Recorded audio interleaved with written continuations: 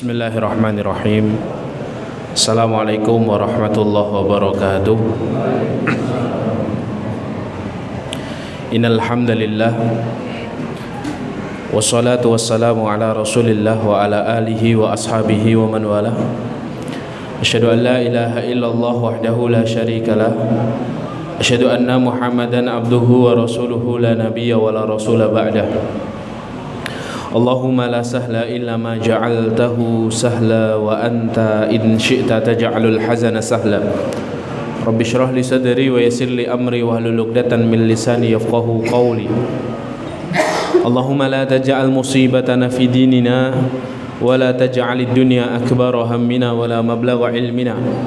Allahumma 'allimna ma yanfa'una wanfa'na bima 'allamtana wazidna ilma wa jannibna ma yadurruna fi dinina wa dunyana ya arhamar rahimin. Ya hayyu ya qayyum bi rahmatika nastaghith. Aslih lana syu'unana kullaha wa la taqilna ila anfusina tarfata 'ainin. Allahumma anta rabbi la ilaha illa ant khalaqtani wa ana 'abduka wa ana ala ahdika wa wa'dika mastata'tu. A'udzu bika min syarri ma sana'tu. Abu'u laka bi ni'matika alayya wa abu'u bi dhanbi faghfirli fa innahu la yaghfiru dhunuba illa ant. Wa ba'du, ma'asyiral muslimin muslimat, hadirin hadirat, Bapak Ibu, saudara-saudari, solihin solihat yang dimuliakan Allah Ta'ala. Alhamdulillahirabbil alamin, kita bersyukur kepada Allah pada malam hari ini Allah memperkenankan kita semuanya untuk dapat berkumpul di salah satu di antara rumah Allah Subhanahu wa Ta'ala untuk dapat mengkaji ayat-ayat Allah dan sunnah-sunnah Rasulullah sallallahu alaihi wasallam yang dibingkai dalam sebuah majelis ilmu. Semoga setiap usaha kita menuju tempat ini, setiap langkah dan tapak kakinya bernilai pahala di sisi Allah, memudahkan jalan kita semua menuju surga. Amin ya rabbal alamin. Salawat berangkaikan salam semoga senantiasa tercurah limpahkan untuk Nabiullah Muhammad sallallahu alaihi wasallam, para sahabat, para tabi'in, para tabi'ut tabi'in, dan orang-orang yang senantiasa istiqamah di atas jalan kebenaran. Bapak Ibu, saudara-saudari, solihin solihat yang dimuliakan Allah, jika kita berbicara tentang syariat ini, maka syariat ini intinya dan pusarannya, muaranya terletak pada satu hal. Ketika kita berbicara tentang ibadah, kalau boleh disingkat, syariat ini atau ilmu hukum yang kita bahas dalam agama ini bisa diklasifikasikan menjadi 5 pokok atau 4 pokok. Kadang-kadang ulama menyebutkan 4, kadang-kadang 5. Yang pertama ibadah, yang kedua muamalah, yang ketiga munakahat, fikih nikah, kemudian yang keempat tentang jinayat, tentang kriminal, yang kelima tentang qada. Qada itu tentang peradilan. Jinayat dan peradilan ini kadang-kadang dijadikan satu pokok dalam pembahasan fikih. Nah, kalau kita jadikan menjadi 4 bagian, maka kesemuanya ini bermuara pada satu hal. Ibadah itu hubungan kita kepada Allah Subhanahu wa Ta'ala. Di dalamnya dibahas sholat, dibahas puasa, dibahas zakat, dibahas umroh, dibahas haji, dibahas cara toharoh, wudu, dan lain sebagainya. Kemudian muamalah itu hubungan kita dengan sesama, ya, karena bagaimanapun peribadatan kita kepada Allah itu butuh modal dunia, makanya harus ada muamalah. Agar kita bisa survive, agar kita bisa bertahan hidup di dunia ini butuh muamalah, butuh jual beli, butuh sewa menyewa, butuh pinjam meminjam, gadai, dan lain sebagainya, diatur dalam fikih muamalah. Kemudian yang ketiga adalah fikih jinayat. Yang ketiga fikih munakahat, fikih nikah. Manusia itu filosofinya tentu tidak hanya mengurus perutnya saja untuk bertahan hidup, tapi juga urusan bawah perut itu diatur oleh syariat. Makanya ada fikih apa? Fikih nikah. Diatur di situ mahar, diatur di situ harus ada wali, harus ada saksi, harus ada pernikahan, diatur juga rangkaian-rangkaian lain, hukum-hukum lain yang terikat dengan pernikahan seperti talak, seperti khulu, ya, seperti li'an, zihar, itu dibahas di fikih nikah. Ya. Tujuannya apa? Tujuannya untuk memenuhi kebutuhan manusia yang berkaitan dengan urusan bawah perutnya. Kemudian yang keempat, fikih jinayat, fikih tentang kriminal. Apa hukumnya orang kalau membunuh dengan sengaja? Apa hukumnya orang kalau membunuh dengan tidak sengaja? Apa hukumnya orang melukai tubuh orang lain? Apa hukumnya memaksa orang lain untuk membunuh? Dan lain sebagainya diatur di dalam fikih jinayat ini, dan semuanya diputuskan nanti dalam peradilan. Ya. Lah, empat-empatnya ini hadirin dimuliakan Allah, muaranya satu. Bagaimana seorang hamba, seorang manusia, seorang makhluknya Allah Subhanahu wa taala ini bisa fokus dalam peribadatannya kepada Allah Subhanahu wa taala dengan penuh ketenangan. Jadi syariat ini semuanya intinya adalah ketenangan. Bagaimana ketika seorang itu tenang, memiliki jiwa dan hati yang tenang, maka semua yang dia lakukan itu jadi optimal. Yang dia lakukan itu jadi khusyuk, yang dia lakukan itu jadi semangat, jadi fokus, jadi maksimal. Ya. Maka inilah kemudian yang dibahas di dalam Al-Qur'an. Allah Subhanahu wa taala dalam beberapa tempat menyebut jiwa orang-orang yang disukai Allah itu adalah jiwa yang tenang. Dan orientasi kita itu adalah mencari ketenangan. Orientasi kita dalam beraktivitas itu kan mencari ketenangan. Kenapa ada fikih ibadah? Kenapa kita kok disuruh toharoh dulu sebelum kita sholat? Kenapa kita kemudian disuruh mengenakan pakaian terbaik dalam sholat kita? Tempatnya juga harus tempat yang terhindar dari najis dan hadas. Kenapa kita diminta untuk kemudian sholat dalam kondisi khusyuk berjamaah? Seperti itu semuanya tujuannya agar kita fokus beribadah kepada Allah. Muamalat juga sama. Kalau seandainya di dunia ini tidak ada fikih muamalat, tidak ada aturan main dalam jual beli, dalam sewa menyewa, maka setiap orang akan seenaknya sendiri, ya, mengeruk keuntungan dengan cara mendolimi saudaranya, dengan cara menipu, dengan cara bermain riba, sehingga apa? Kemudian akhirnya hanya keburukan dan keburukan yang hadir, dan ketidaktenangan itu pasti suatu keniscayaan. Begitu juga seorang yang kemudian mengetahui apa hukum di dalam Islam ini mengenai pernikahan. Semuanya diatur dalam pernikahan, antara hubungan antara lawan jenis laki-laki dan perempuan. Ketika seorang itu faham tentang masalah pernikahan, hukum dan syariat tentang nikah, maka hatinya akan tenang. Dia akan mencari pasangan yang terbaik, yang solih dan solihah. Dia kemudian akan tahu bagaimana, ya, perjalanan hidup berumah tangga yang sesuai dengan Nabi dan istri-istri beliau Sallallahu Alaihi Wasallam. Dia akan tahu soal itu, maka hidupnya tenang. Begitu juga tadi masalah kriminal. Ketika seorang tahu bahwa di dalam Islam itu ada hukum kisos misalnya, hukum orang kalau membunuh tanpa alasan yang dibenarkan, maka dia juga harus dibunuh. Walakum fil qisasi hayatun ya ulil albab, kata Allah. Di dalam hukum kisos itu ada kehidupan, wahai orang-orang yang berakal. Allah ingin memberikan satu pengertian kepada kita, kenapa di dalam Islam itu ada hukum kisos. Orang yang membunuh itu juga harus dibunuh. Kalau dia membunuhnya tanpa hak, karena apa? Agar kalau orang mau mendolimi dan melukai orang lain, mikir dulu hadir. Karena dirinya nanti juga akan mendapatkan hal yang serupa. Diatur dalam Islam semata-mata agar apa? Agar orang itu tidak zalim sama orang lain. Agar orang itu tidak kemudian menganggap darah, menganggap nyawa, menganggap harta orang lain itu sesuatu yang remeh.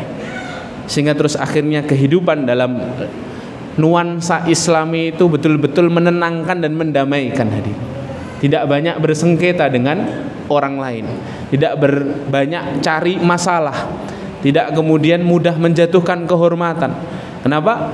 Karena tadi dia mengetahui hukum dalam syariat ini. Lah, inti dari itu semua adalah ketenangan tadi. Dan Al-Qur'an memuji hati dan jiwa yang tenang. Allah Subhanahu wa taala misalnya mengatakan orang yang kaitannya erat dengan Allah, maka Allah akan berikan hati dan jiwa yang tenang. Kata Allah dalam surah Ar-Ra'd ayat ke-28, alladzina amanu wa tatma'innu qulubuhum bi dzikrillah. Dan orang-orang yang beriman yang hatinya dalam keadaan tenang dengan zikir kepada Allah, dengan mengingat Allah, ala bi dzikrillahi tatmainnul qulub. Sungguh dengan mengingat Allah itu mengingat zatnya, mengenali hukumnya, mengetahui syariatnya. Tatmainnul qulub, mengamalkan perintah dan menjauhi larangannya, itu pasti apa? Tatmainnul qulub, pasti bisa menenangkan hati. Bahkan di akhir surah Al-Fajr kita sama-sama menghafal Allah Subhanahu wa taala memanggil jiwa-jiwa yang tenang dengan kalimat ya ayyatuhan nafsul mutmainnah, wahai jiwa-jiwa yang tenang, irji'i ila rabbiki radiyatan mardiyah, pulanglah ke hadirat Rabbmu dalam keadaan ridho dan diridhoi oleh Allah, dalam keadaan senang dan disenangi oleh Allah. Fadkhuli fi ibadi wadkhuli jannati, masuklah engkau dalam golongan hamba-hambaku dan masuklah engkau ke dalam jannahku, kata Allah. Maka Allah Subhanahu wa taala memberikan pesan kuat dalam rangkaian ayat ini bahwa mereka yang nanti dimasukkan Allah ke dalam jannah adalah mereka yang di dunia meraih ketenangan, ketenangan jiwa dan ketenangan hati. Maka kemudian kita harus mencari tahu apa caranya dan bagaimana caranya. Apa dan bagaimana caranya seorang itu bisa meraih ketenangan jiwa dan ketenangan hati dalam hidupnya. Maka kalau kita berbicara kebalikannya, orang itu kalau hatinya tidak pernah tenang, jiwanya tidak pernah adem, panas terus, maka dia akan tidak akan maksimal dalam beramal sholih. Yang hanya adalah ketergesa-gesaan, keterburu-buruan dalam beramal, tidak maksimal. Ya, kita butuh ketenangan untuk mematangkan pikiran kita. Makanya kata Rasulullah apa? Al-ajalatu minasyaiton, terburu-buru itu dari setan. Kenapa? Orang yang terburu-buru itu tidak punya banyak waktu untuk berpikir. Ketergesa-gesaan dan keterburu-buruan, ketidaktenangan itu mengganggu dan mempengaruhi kematangan berpikir. Ya. Maka hasilnya mesti tidak 100%. Ketika seorang itu terburu-buru, padahal kita tahu kalau kita mau melakukan satu amalan itu, satu kita butuh ilmu. Kalau sudah tahu ilmunya, kita butuh pemahaman kan. Untuk memahami satu ilmu kita butuh waktu untuk berpikir. Ya, untuk memikirkan ini bermanfaat tidak untuk urusan hidup saya, ada labanya tidak. Hidup ini kan soal untung rugi, hadir. Untung rugi dalam urusan dunia maupun untung rugi dalam urusan akhirat. Nah, kalau kita tidak punya cukup waktu untuk mematangkan pikiran kita, untuk memahami sesuatu dari ilmu yang ada, maka bagaimana bisa kita kemudian bisa melakukan satu amalan yang sempurna, satu amalan yang matang, satu amalan yang 100%. Ya. Maka itulah kemudian Rasulullah mengatakan al-ajalatu minasyaiton. Orang yang terburu-buru, orang yang tidak pernah tenang, orang yang tergesa-gesa, orang yang kalau bahasa Jawanya kemerungsung, orang yang kemudian mudah gelisah, sedikit-sedikit khawatir, sedikit-sedikit takut, sedikit-sedikit sedih, ya, yang melampaui batas, kemudian akhirnya mereka tidak bisa meraih ketenangan. Kalau tidak bisa meraih ketenangan, maka selesai, ya, selesai, amalannya tidak begitu bagus di mata Allah Subhanahu wa taala. Ya, makanya orang-orang beriman itu disifati Allah dengan dua sifat kan. Apa? Fala khaufun 'alaihim walahum yahzanun. Mereka adalah orang-orang yang tidak pernah takut atas apa saja yang menimpa mereka. Walahum yahzanun, dan mereka tidak pernah bersedih hati. Maksudnya takut dan bersedih itu apa? Mereka tidak takut sama masa depan dan mereka tidak bersedih sama masa lalunya. Mereka tidak pernah takut dan khawatir sama masa depannya. Kenapa? Karena ada Allah di sisinya. Masalahku besar, tapi Allahku Rabb yang maha besar. Sehingga Pak, tidak pernah ada rasa takut dan khawatir. Karena ada Allah yang Ar-Razzaq, yang menjamin rezekinya. Ada Allah yang maha menjaganya. Ada Allah yang selalu memperhatikannya. Sehingga tidak ada rasa takut, tidak ada rasa sedih sama masa lalunya. Kenapa? Karena orang-orang yang beriman dengan sepenuh keimanan, dengan ketenangannya itu, dia kemudian akan meyakini bahwa setiap yang menjadi takdirnya itu semuanya pasti baik untuknya. Karena semuanya atas izin Allah, dan yang dari Allah itu pasti baik untuknya. Sehingga dia selalu berdamai dengan takdir, hadir. Ya. Nah, makanya hari ini muliakan Allah, barakallahu fikum. Kita harus tahu bagaimana caranya agar hati kita ini senantiasa tenang. Maka tidak ada yang pantas untuk kita bahas pada kesempatan kali ini untuk mengetahui caranya, melainkan kita akan sedikit mentadaburi dan mentafakuri doa yang pernah dilantunkan oleh Nabi SAW, yang kemudian dicontohkan oleh Nabi kepada para sahabat radhiyallahu anhum untuk masalah ketenangan ini. Nabi SAW itu pernah ngajari satu doa. Doanya sangat indah sekali. Di dalamnya tidak hanya ada contoh doa dan pengharapan, tapi di dalamnya ada ilmu yang sangat dalam. Nabi SAW pernah berdoa dengan lafaz Allahumma inna nas'aluka nafsan bika mutmainnatan. Ya Allah, inna nas'aluka, kami memohon kepadamu. Allahumma inna nas'aluka nafsan, jiwa, bika mutmainnatan, yang bersamamu ia tenang. Ya Allah, kami memohon kepadamu jiwa yang selalu tenang bersamamu. Lah kata Nabi SAW, jiwa yang tenang itu bagaimana? Nabi memberikan 3 sifat jiwa yang tenang dalam rangkaian doanya. Allahumma inna nas'aluka nafsan bika mutmainnatan tu'minu biliqa'ik wa tardo biqada'ik wa taqna'u bi'ata'ik. Tu'minu biliqa'ik, jiwa yang mengimani perjumpaan denganmu. Wa tardo biqada'ik, jiwa yang selalu ridho atas takdirmu. Wa taqna'u bi'ata'ik, jiwa yang selalu merasa cukup atas pemberianmu. Ini doa indah sekali hadirin kalau kita selami maknanya.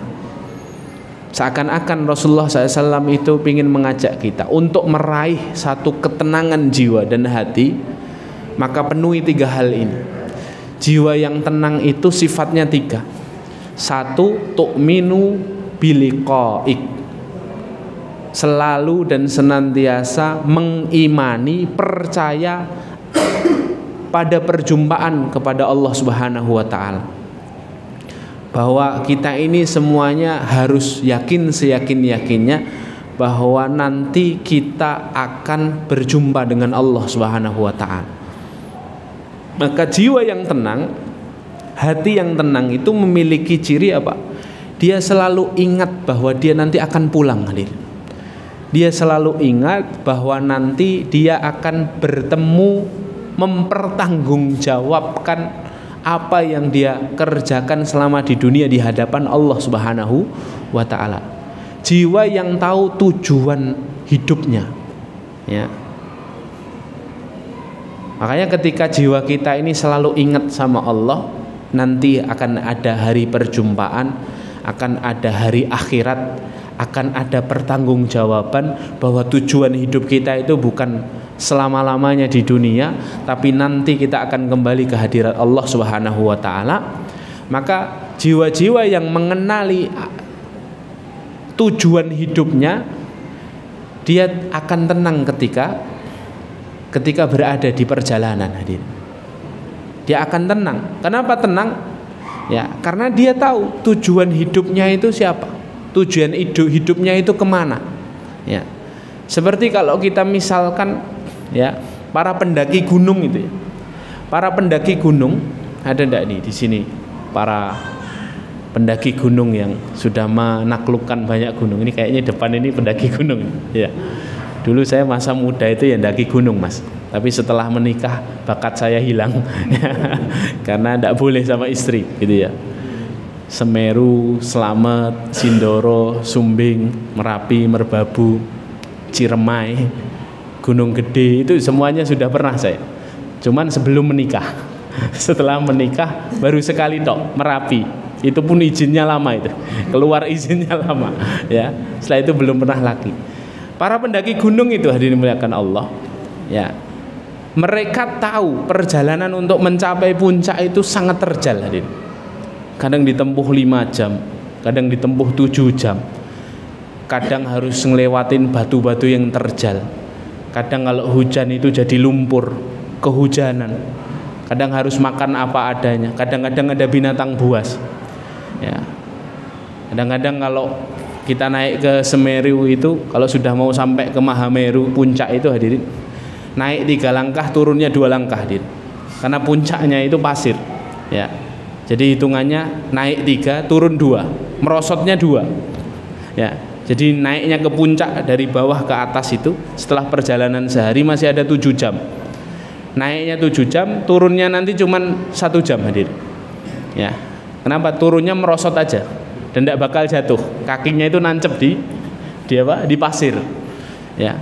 Mereka tahu terjalnya perjalanan mencapai puncak itu, tapi mengapa mereka tetap menempuhnya hadirin? Mereka tenang saja dalam perjalanan itu, mereka bisa sabar gitu. Kenapa? Karena tahu tujuan hadirin. Kalau tahu tujuan pasti seorang itu akan tenang. Kalau kita tahu bahwa nanti akan berjumpa dengan pencipta kita, memandang wajah Allah adalah kenikmatan yang paling dahsyat yang dinikmati oleh para penghuni jannah, maka kita apapun perjalanan hidup kita ini, apapun warna-warninya, apapun cerita kisahnya, tidak jadi masalah. Seperti seorang ibu-ibu yang tenang melewati penderitaan dietnya karena tahu apa?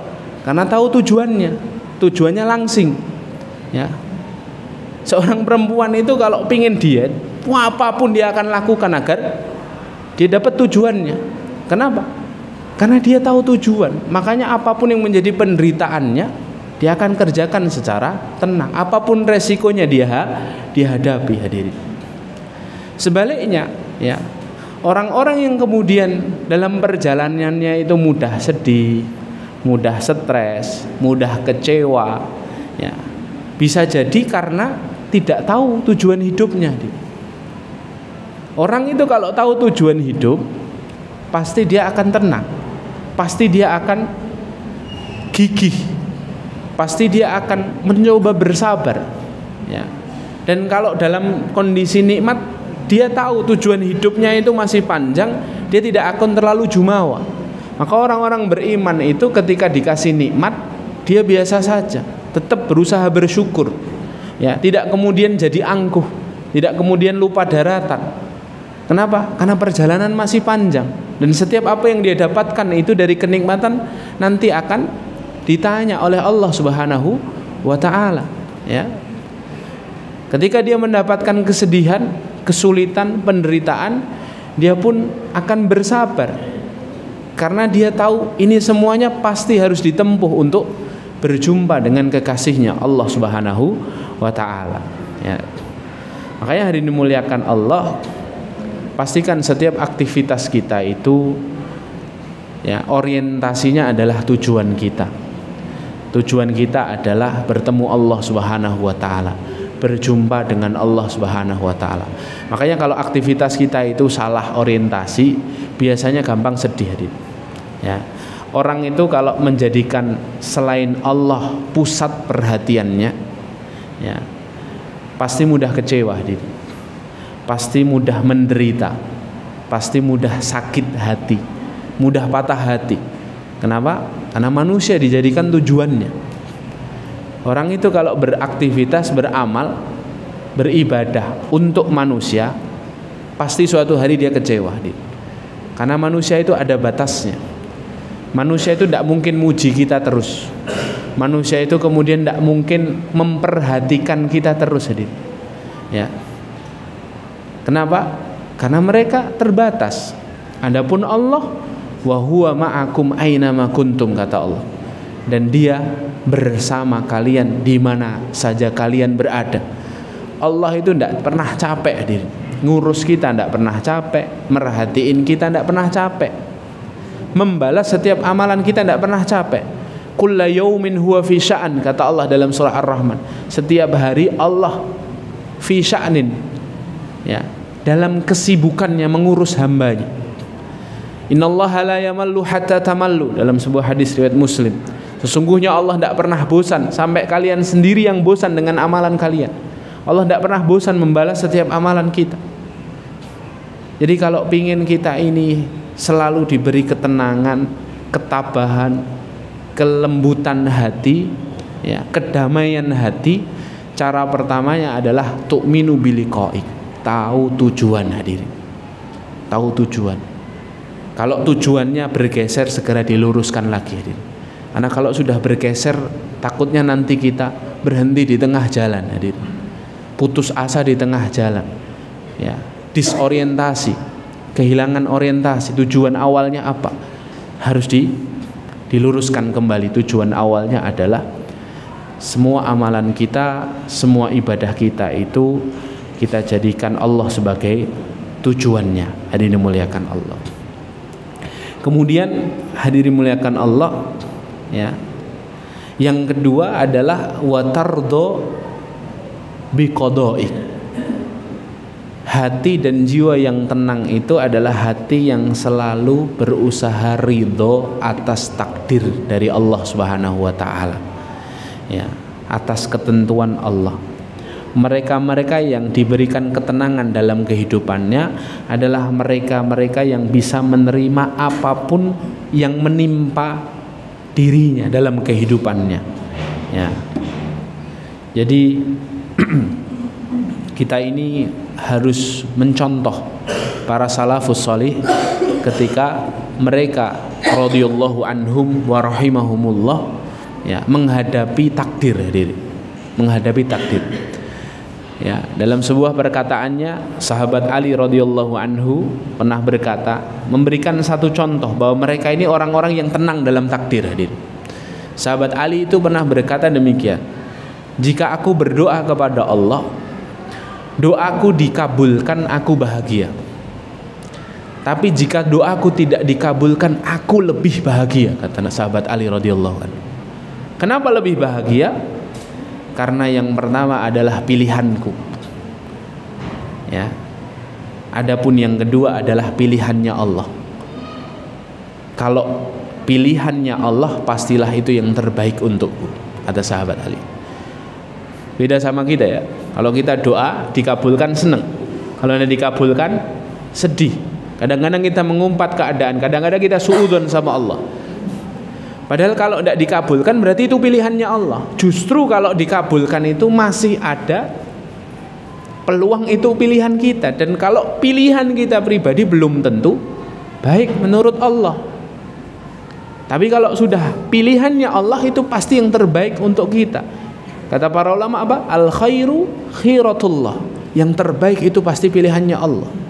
Wa asa an takrahu syai'an fahuwa khairul lakum. Bisa jadi kamu membenci sesuatu padahal itu baik bagimu, kata Allah. Menurut Allah itu baik bagimu. Wa asa an tuhibbu syai'an fahuwa syarrul lakum. Bisa jadi kamu menyukai sesuatu, mencintai sesuatu, kamu kira baik, fahuwa syarrul lakum, padahal itu buruk bagimu. Wallahu ya'lamu wa antum la ta'lamun. Dan Allah Maha tahu sedangkan kalian sama sekali tidak tahu. Jadi semua yang datang dari Allah itu pasti baik, hadirin. Makanya ketika kita ini dada kita menyempit karena sebuah masalah kehidupan, para ulama itu mengatakan kalau dada kita menyempit maka lapangkanlah. Cara berlapang dada yang benar itu bagaimana? Agar kita bisa berlapang dada atas setiap takdir, atas setiap cerita kehidupan. potongan episode kehidupan ini yang kadang-kadang dalam tanda kutip menyesakkan kita, menyedihkan, membuat kita kecewa, membuat kita sakit, membuat kita merasa kehilangan, ya. Itu kata para ulama, untuk melapangkannya kita butuh membangun 5 kesadaran.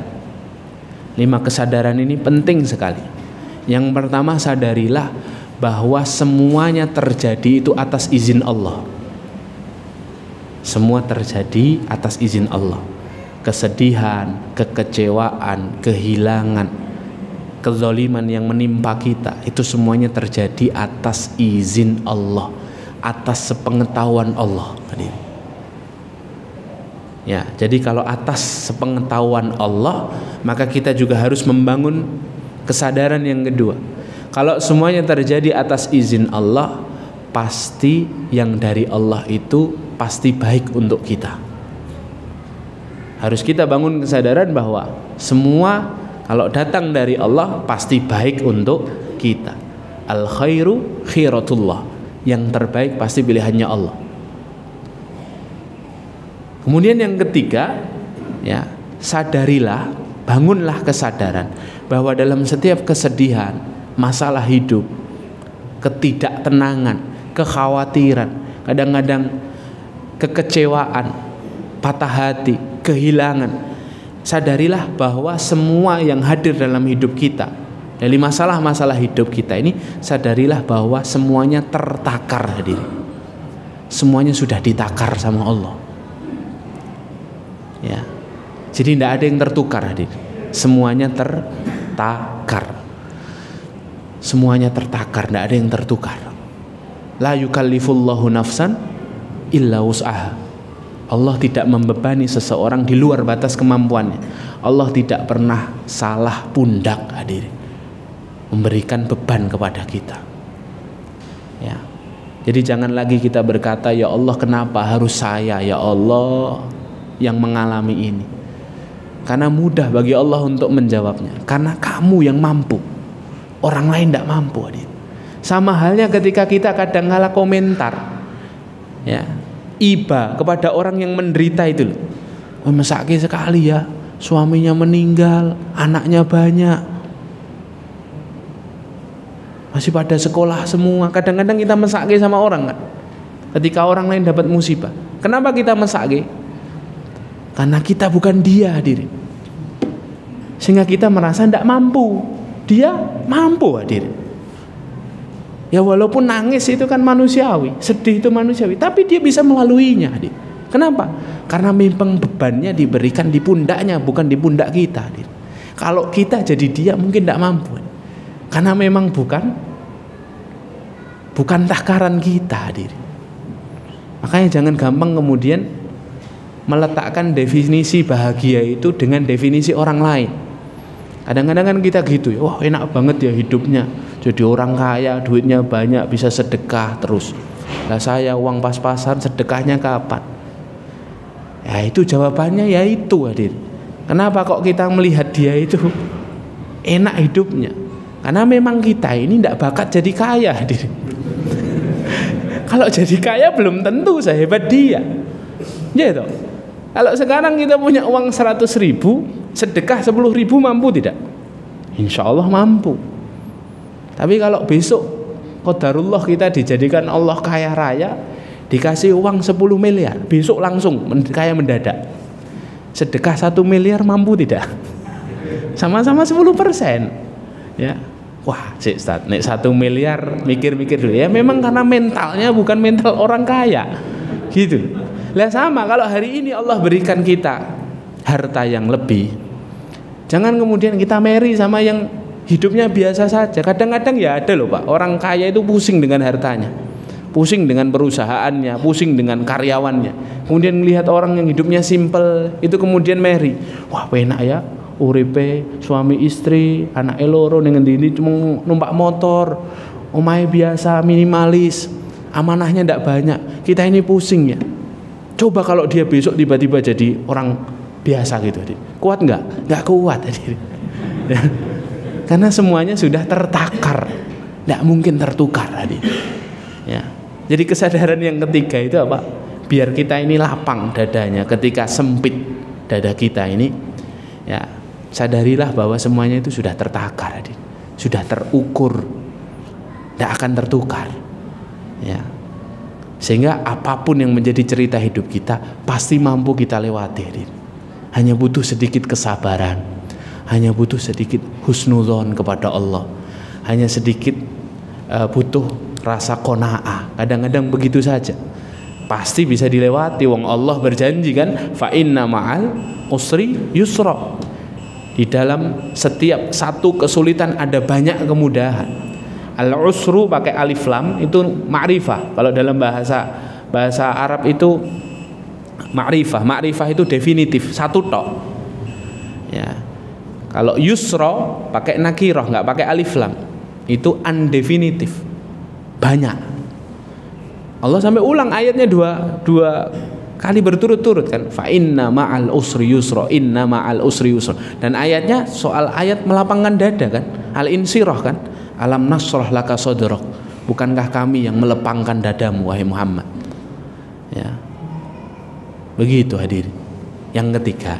Kemudian yang keempat, sadarilah bahwa dalam setiap cerita hidup, dalam setiap kesedihan, dalam setiap takdir itu, ya dalam setiap kesulitan itu ada penggugur dari dosa-dosa kita. Ada kafarat dosa hadirin. Kalau kita mau bersabar ada kafarat dosa. Maka bisa jadi musibah menimpa kita itu karena Allah melihat dosa kita di masa lalu banyak. Jadi tinggal gitu saja husnudzonnya. Oh iya, masa lalu saya dulu masih banyak kesalahan. Oh ini mungkin cara Allah menggugurkan dosa saya habis di dunia. Yang mengkhawatirkan itu kalau dosanya masih numpuk, tidak ada penggugur dosanya. Nanti kafaratnya di akhirat malah bingung kita. Ya, jadi masih mending kalau kafaratnya di dunia hadir. Sakit, kadang-kadang diuji dengan ujian harta, pekerjaan, kezaliman, itu tidak apa-apa, itu menggugur dosa hadir. Ya. Jadi dulu ada seorang syekh di Indonesia ini namanya Syekh Solih. Dalam kitab Hawalai Masyayikhina, ya kisah-kisah para masyayikh kami, Syekh Solih ini diceritakan dalam kitab itu seorang yang sangat menderita karena istrinya. Di Syekh Solih ini ilmunya banyak, ya. Kemudian menyampaikan ilmunya, hidupnya berpindah dari satu majelis ilmu ke majelis ilmu yang lain. Tidak hanya ilmunya banyak, dia orang yang sangat solih, menjaga syariat. Tapi beliau ini diuji, di tengah ketaatannya itu diuji punya istri galak. Setiap pulang, dalam riwayat itu disebutkan istrinya setiap pulang taklim, sudah capek taklim ngajar, pulang-pulang digebyur ma'urus. Ma'urus itu air kobokan adin, digebyur sama istrinya. Tapi saya soleh itu sabar gitu, ya sabar gitu, ya sampai jamaahnya itu komen, Syekh sudah ceraikan saja istrimu, ya kami biayai untuk cari istri lagi. Wah sampai kayak gitu, masya Allah. Apa komentar saya soleh? Saya soleh sabar adin, saya soleh sabar. Kemudian beliau itu berkata, ya mungkin ini cara Allah untuk menghabiskan dosa-dosaku. Tidak apa-apa, tak cicil dulu di sini. Ya, toh kalau saya ceraikan, belum tentu orang yang nikah nanti kuat nikah sama istri saya. Ya, jadi niatnya baik. Ya, niatnya apa? Agar tidak ada orang yang terdolimi lagi, gitu ya. Ya. Jadi amal soleh juga itu hadirin. Ya, ya. Makanya kalau jenengan guru, punya murid gitu ya, atau jenengan ustadz punya santri di pesantren, kalau embeling itu gak apa-apa, mungkin itu amanah dari Allah. Kalau jenengan keluarkan itu murid, santri, belum tentu pondok lain itu kuat hadirin. Ya, jadi jadikan itu ladang amal soleh sudah, dirawat saja pokoknya. Ya, dirawat, diopeni, dinasehati, didoakan, sudah gitu saja. Ya. Kalau Anda bisa meluluskan yang murid yang seperti itu, wah itu prestasi hadirin. Prestasi luar biasa, ya. Sambil berharap suatu hari dia akan berubah, begitu. Ya. Makanya di pesantren saya itu tidak ada hukuman fisik hadirin. Di pesantren kami itu tidak ada hukuman fisik. Hukumannya hukuman norma hadirin. Ya, hukuman norma itu bagaimana? Ya kalau melanggar suruh minta nasihat dulu ke ustadz yang paling muda. Kalau nanti melanggar lagi yang agak tua. Kalau melanggar lagi nanti sama kiainya. Kalau kiai nggak ngelanggar lagi nanti sama pengurus, begitu terus ya. Jadi di pesantren kami kalau sudah ada anak kok datang ke rumahnya kiai, wah ini berarti pelanggar belat nih. Karena apa? Ya itu nanti hukuman norma itu begitu ya. Sehingga kemudian kapok lah melanggar gitu ya. Jadi semuanya dibangun atas kesadaran ya. Kalau belum sadar juga ya sudah didoakan ya, didoakan ya. Semoga Allah berikan hidayah. Ya, begitu hadirin muliakan Allah. Jadi yang kedua apa? Wa tardhu bi qada'i. Sampai keempat tadi ya, sampai keempat. Bangun kesadaran yang keempat, yang kelima yang terakhir ya, agar hati dan dada kita ini lapang ketika kita mendapatkan satu takdir yang dalam tanda kutip menyesakkan hidup kita. Yang kelima, sadarilah bahwa dalam setiap kesulitan itu ada pertolongan Allah yang sangat dekat. Inna nasrallahi qarib. Allah itu tidak membiarkan kita hadir. Pasti menolong kita. Pasti kalau sudah sampai puncaknya itu pasti ada masa redanya. Tidak mungkin hidup sulit terus, itu tidak mungkin hadir. Pasti ada masa redanya. Kan hidup itu kan berputar kan. Kadang-kadang di atas, kadang-kadang di bawah. Lah kalau di atas jangan kemudian kita terlalu jumawa hadir. Jangan terlalu sombong dan angkuh. Karena suatu hari kita pasti akan merasakan di bawah.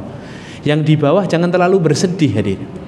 Karena suatu hari pasti reda ini ya, suatu hari pasti ada pertolongan Allah. Hanya saja kadang-kadang pertolongan terlambat tadi. Kenapa pertolongan Allah itu bisa terlambat? Karena minta tolongnya juga terlambat. Kenapa pertolongan itu datangnya di detik-detik akhir? Karena minta tolongnya juga di detik-detik akhir. Coba minta tolongnya sejak masa ketika kita tidak mengalami musibah ya. Jadi ngenali Allah, minta tolong, deket sama Allah ketika masa tenang, itu pasti ketika masa sulit langsung ditolong sama Allah. Makanya Rasulullah mengatakan apa? Ta'arraf ilallahi firraha ya'rifka fisyiddah. Kenali Allah di masa mudahmu, niscaya Allah akan mengenalimu di masa sulitmu. Kenali Allah di masa mudahmu, maka Allah akan mengenalimu di masa tuamu. Gitu ya. Dia berusaha di masa-masa tenang seperti ini, ketika kita punya waktu taklim, ketika bisa ngajak keluarga datang ke majelis ilmu, di masa-masa tenang seperti ini usahakan selalu dekat sama Allah. Karena pasti kita tidak hanya akan di atas terus, suatu hari kita akan ada di roda bawah. Dan di saat itulah kita butuh pertolongan Allah. Dan pertolongan Allah itu dekat bagi orang-orang yang mendekat. Kalau jauh dari Allah ya tetap akan ditolong, Allah itu maha baik kan. Tapi ya agak pending lah ya. agak pending, agak sulit. Waliyadzubillah. Semoga Allah senantiasa mendekatkan pertolongannya kepada kita. Amin. Kemudian yang ketiga, agar kita bisa mendapatkan ketenangan hidup itu, kata Rasulullah dalam doa ini apa? Wattaqna'u bi'ata'i. Hati yang tenang itu hati yang merasa cukup dengan apapun yang diberikan Allah. Hati yang qanaah diri. Hati yang nerimo ing pandum. Hati yang tidak kepinginan. Ya, kadang-kadang kita ini kenapa kok nggak bisa tenang hadirin? Karena tadi meletakkan definisi bahagia itu pakai definisinya orang lain, pakai standarnya orang lain. Kita ini punya HP hadirin. Karena lihat HP samping kita, teman kita panas, akhirnya wah kudu ganti HP ini. Kenapa? Karena melihat orang lain yang lebih atas hadir. Ya, cobalah sekali-kali lihat yang lebih bawah hadir. Tenang hadirin, qanaah. Makanya kata Rasulullah apa? Unzuru ila man huwa asfala minkum wa la tanzuru ila man huwa fawqakum. Lihatlah siapa yang ada di bawahmu dalam urusan dunia, jangan kamu lihat siapa yang ada di atasmu. Dalam urusan dunia itu lihat ke bawah, jangan ke atas. Dalam urusan akhirat lihat ke atas, jangan ke bawah. Dalam urusan sholat lihat yang di saf awal itu, lihat yang selalu datang sebelum iqamah, biar kita termotivasi. Karena urusan akhirat. Tapi kalau urusan dunia, urusan rumah, urusan kendaraan, urusan HP, urusan harta itu lihat yang di bawah, ya. Lihat yang di bawah agar kita merasa cukup. Kalau makan kita hanya tempe tahu sambel, makan telur aja jarang, Lihat itu Pak, di perempatan-perempatan kota ini ada orang yang untuk bisa makan sekali harus jual 10 lembar kolan tadi. Ya. Kalau kita punya motor dikit-dikit rewel, dikit-dikit mogok, lihat itu Pak, ada yang kemana-mana harus jalan kaki kepanasan. Ya. Kalau kita ini punya rumah kadang bocor atau belum punya rumah masih ngontrak, lihat Pak, kalau Anda malam hari itu sekali-kali jalan jam 10 Pak. Saya sering sama istri itu jalan, itu loh Pak, di Coyudan itu loh, sepanjang jalan orang tunawisma hadir. Tidak punya rumah, berpindah dari depan toko ke toko yang lain. Kalau diusur sama yang punya toko pindah hadir. Kalau kita punya anak yang rewel, sulit diatur, lihat Pak, ada suami istri yang sudah berdoa puluhan tahun belum dikasih anak hadir. Kita masih punya anak, alhamdulillah. Gitu loh. Jadi lihat apa yang ada di bawah kita agar kita ini tenang hidupnya, qanaah, nerimo, ya. Nah itu hadirin muliakan Allah. Jadi resepnya agar tenang itu 3. 1, tahu tujuan hidup. 2, selalu ridho dan selalu berlapang dada atas takdir yang Allah berikan. Kemudian yang ketiga, berusaha qanaah. Berusaha apa? Qanaah. Berusaha menerima, merasa cukup dengan apapun yang Allah berikan. Maka kemudian semoga dengan itu kita bisa melatih diri kita agar tadi orientasinya itu ketenangan. Kalau sudah tenang hidup kita, hati kita, jiwa kita, insya Allah lebih bisa fokus beribadah, khusyuk beramal sholih, optimal dalam kebaikan-kebaikan. Allahu a'lam bishawab. Semoga apa yang kami sampaikan bermanfaat. Ini nasihat untuk saya dan untuk jamaah yang dimuliakan Allah. Kita tutup dengan bacaan kafaratul majlis. Subhanakallahumma bihamdika asyhadu an la ilaha illa anta astaghfiruka wa atubu ilaik. Assalamualaikum warahmatullahi wabarakatuh.